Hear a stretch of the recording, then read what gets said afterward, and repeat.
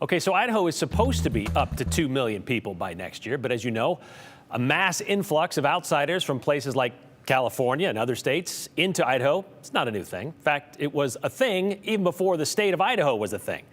That might be obvious for most of us, since only native Nez Perce can truly lay claim to being, quote, real Idahoans.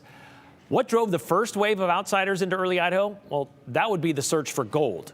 Thousands of people flooded into the area in and around Idaho City, which was originally called Bannock City because of those who were there first.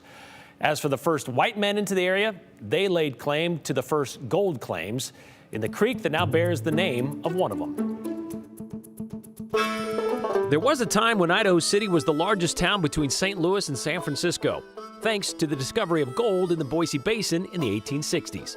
The story goes that discovery and the incoming prospector population can be attributed to two men. George Grimes and Moses Splawn made their way to the Boise Mountains in the summer of 1862.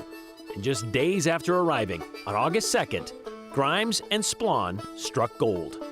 It was a newfound fortune cut short, at least for George Grimes, because apparently that gold was found on the hunting grounds of the Bannock tribe, and they weren't exactly thrilled about the prospect of more prospectors invading their land.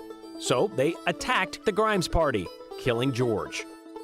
Splawn explained the story to a local paper about facing what seemed like 20 guns fired in their faces at the top of a hill. He said Grimes fell just as they reached the top. His last words were, "Mose, don't let them scalp me," and thus perished a brave and honorable man at the time when he stood ready to reap his reward. We carried him to a prospect hole and buried him amid silence. And together, they worried whose turn would be next. Buried in that unmarked grave, a creek, a mountain pass, and the surrounding area memorably bear the name of George Grimes. Well, Grimes' grave was left unmarked for more than 60 years, until 1923, when a dean at the University of Idaho helped add a grave marker to the place, to the Grimes Pass Cemetery, which is near Idaho City.